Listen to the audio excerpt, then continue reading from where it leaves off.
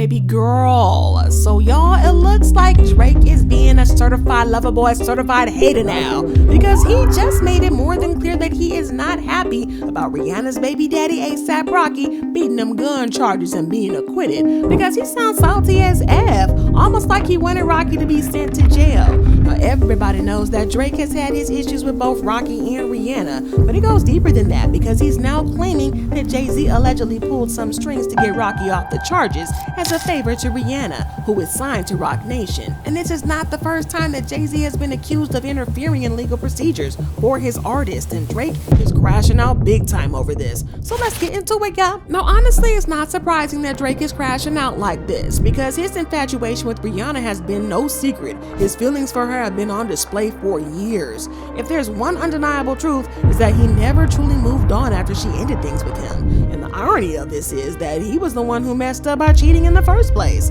But for a while, it seemed like Drake was living in a world where Rihanna was the sun and he was just orbiting around her. Well, his admiration wasn't subtle, because it practically defined his entire persona for a period of time.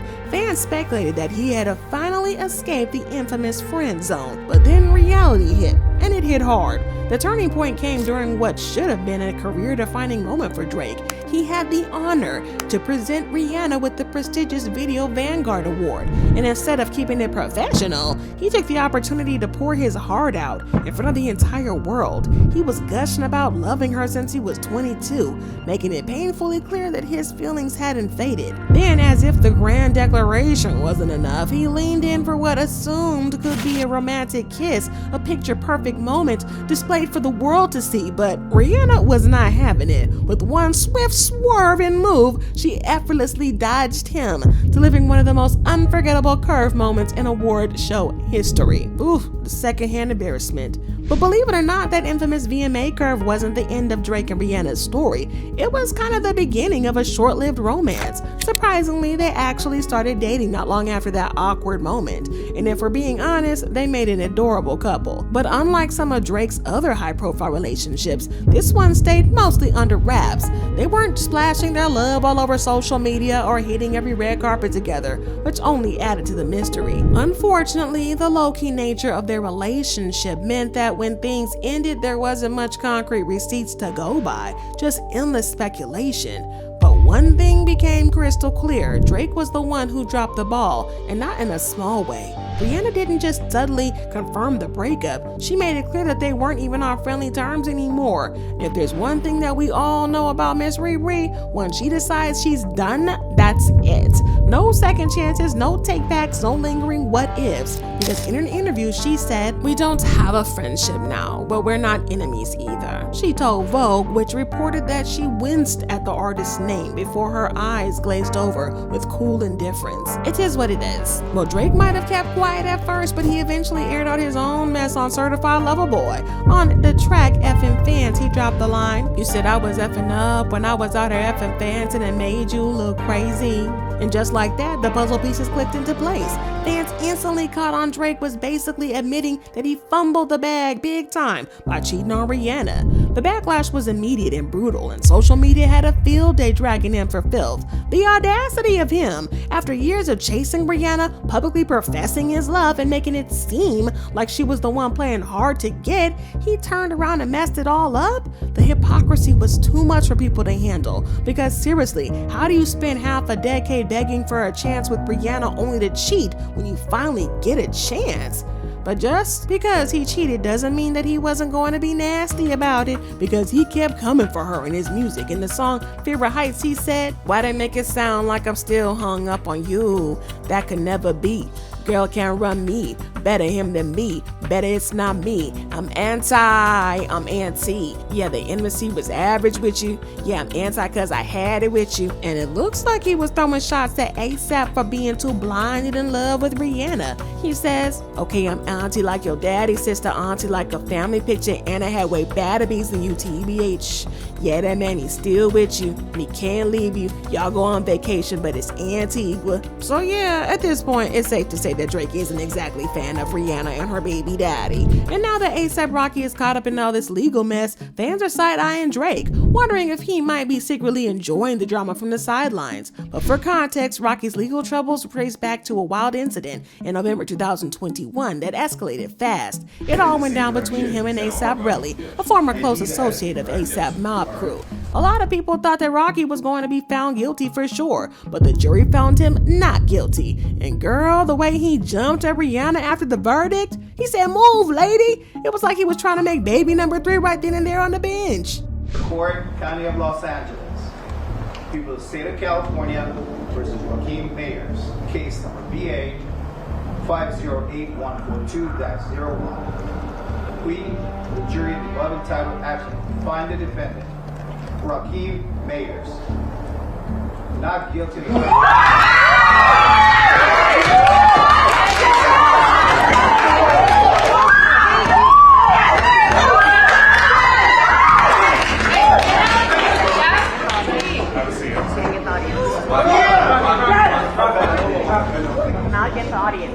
So yeah, Rihanna and Rocky are out here living their best lives, and they ain't going back and forth with no Drake anytime. And it's getting under Drake's skin. And word on the streets is that he blames Jay-Z for the acquittal, claiming that Jay-Z allegedly pulled some strings to get Rocky off as a favor to Rihanna, who is still affiliated with Roc Nation.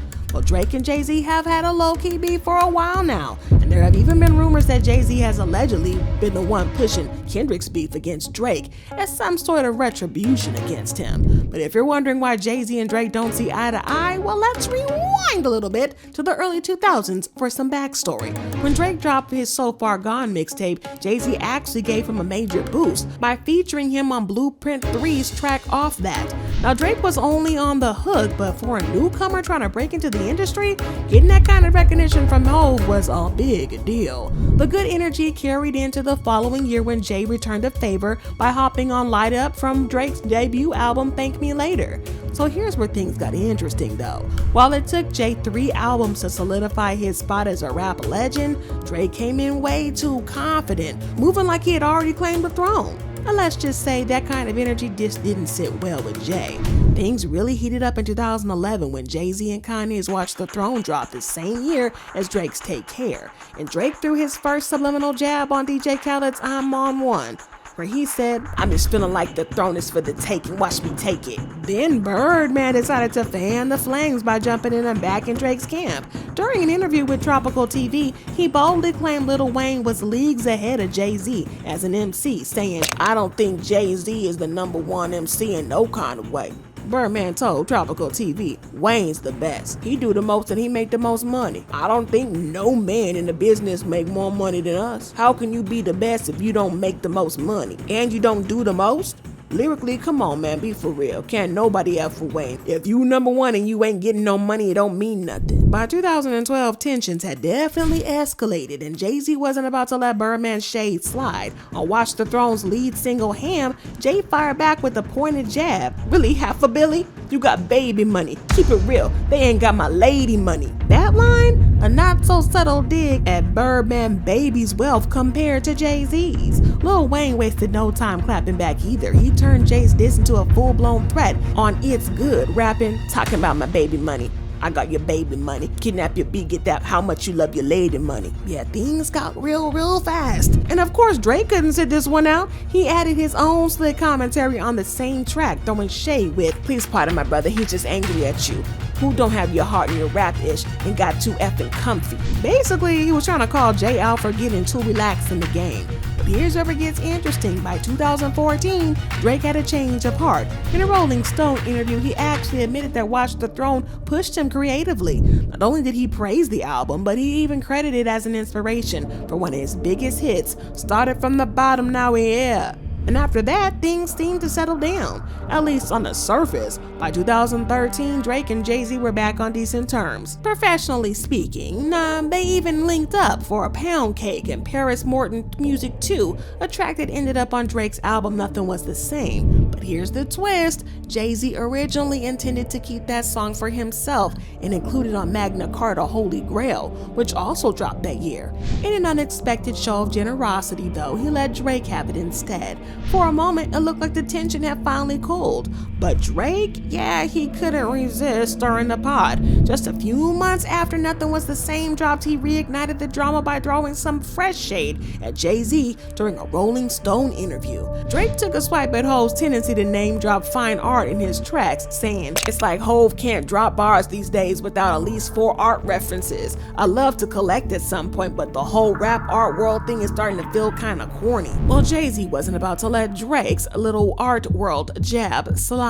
Just a month after Drake's Rolling Stone interview dropped, Jay clapped back at Jay Electronica's We Made It remix, saying, "Sorry, Mr. Drizzy, for so much art talk. Silly me rapping about ish I really bought, while these rappers rap about guns that they ain't shot, and a bunch of other silly ish that they ain't got." It didn't take long for Drake to respond, cause just a week later he fired back on draft day with the line, "I'm focused on making records and getting bigger, just hits, no misses. That's for the merry folk." So yeah, these two really don't like each other. And when you add in Drake's beef with Rihanna and Rocky, well, I guess y'all can see where this is going, because Drake is now claiming that Jay-Z allegedly pulled strings to get Rocky off.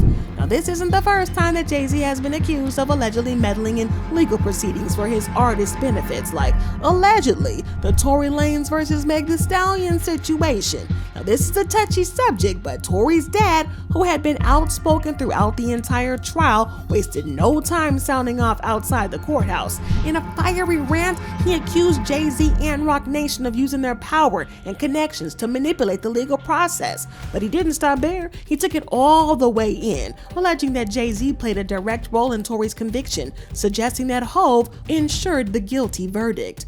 I just stood here in this Los Angeles County and witnessed the worst miscarriage of justice that this world has ever seen. You want to know how I feel? I'll tell you exactly how I feel. I got some names that I want to call. Alex Spiro, Desiree Perez, and the whole wicked system of Roc Nation, including you, Jay-Z. Yes. You who say you rose from the gutter, but you have traded and bartered the souls of young men, and you're still doing it. The only independent witness in this courtroom is a man whose name is Sean Kelly. He came to court, and our attorneys, he would not even shake their hand after he went upstairs with Kathy Ta and Alex Bott. They met on Saturday before. They met with our witness. And then the man came back. Well, Tory's dad wasn't done yet. He doubled down, taking his accusations even further. This time he claimed that Jay-Z had allegedly bought off an independent witness named Sean Kelly. According to him, Kelly's whole demeanor shifted after meeting the people from Roc Nation. Initially, Kelly's testimony had seemed to support Tory's side of the story, but after those alleged meetings, his stance reportedly changed. Tory's dad strongly implied that Kelly had been influenced or even paid off to switch up his narrative. It was a bold accusation that only fueled the growing conspiracy theory that Jay-Z and Roc Nation had somehow manipulated the case behind the scenes. But with tensions already high, Tory's camp leaned into the idea that there was way more happening beneath the surface than what the public realized, making an already messy situation even more dramatic. The only independent witness in this courtroom is a man whose name is Sean Kelly. He came to court, and our attorneys, he would not even shake their hand after he went upstairs with Kathy Ta and Alex Bott. They met on Saturday before. They met They on Saturday. met with our witness. Night. But to make things even messier, Tory's team dug up old footage where he himself claimed that someone from Roc Nation had threatened him. According to Tory, he was sworn to stay quiet and not speak about the case. And this revelation only added another layer to the already wild conspiracy swirling around. If what Tory said was true, it wouldn't just mean that Jay-Z was allegedly pulling strings behind the scenes, it would also suggest that intimidation tactics were being used to control the narrative. I get a call from Roc Nation that says, "Yo, we heard you're gonna make a statement about what happened, and it'd be in your best interest if you don't make that statement." Well, Jay-Z was also accused of killing Nicki Minaj's documentary because it would have exposed Meek Mill for being violent with her when they were dating. At the time, Meek was signed to Roc Nation, and there's been some talk that Roc Nation allegedly stepped in to keep Nicki quiet to protect Meek. Word is that Nicki wanted to talk about it in a documentary, and Roc Nation supposedly stepped in and shut the whole thing down. I remember when my mother would let my father be violent with her, and she always brings up the story. As a little girl, I would stand in front of my mother and go like this, and I vowed, like, that's why I'm like, maybe some people would describe me as abrasive or bitchy or whatever, because I vowed from that age no man would ever abuse me, call me out my name, treat me like that. And then all of a sudden, that was my life. So yeah, Drake is allegedly pushing this new agenda, and as wild as it sounds, there is something interesting. According to one of the jurors in the case, most of the jurors involved believed that Rocky was guilty, but for some reason they still voted not guilty.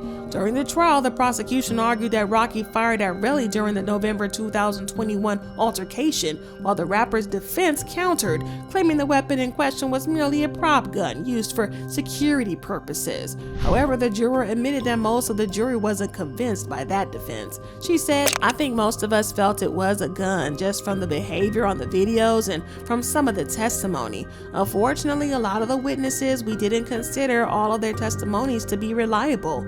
Adding in the skepticism was the fact that alleged gun was never recovered, leaving a major gap in the prosecution's case. "I didn't really believe it. I didn't think that they had really convincing evidence that it was a prop gun.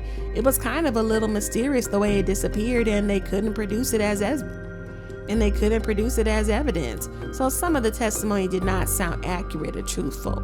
Well, Drake is now claiming that Jay-Z is behind it all, claiming that there was allegedly some hanky-panky going on during the trial, and that's the reason that Rocky got off free. But what do y'all think? Is Drake telling the truth, or is he just being salty? Drop your thoughts and comments below, and then check out this next video.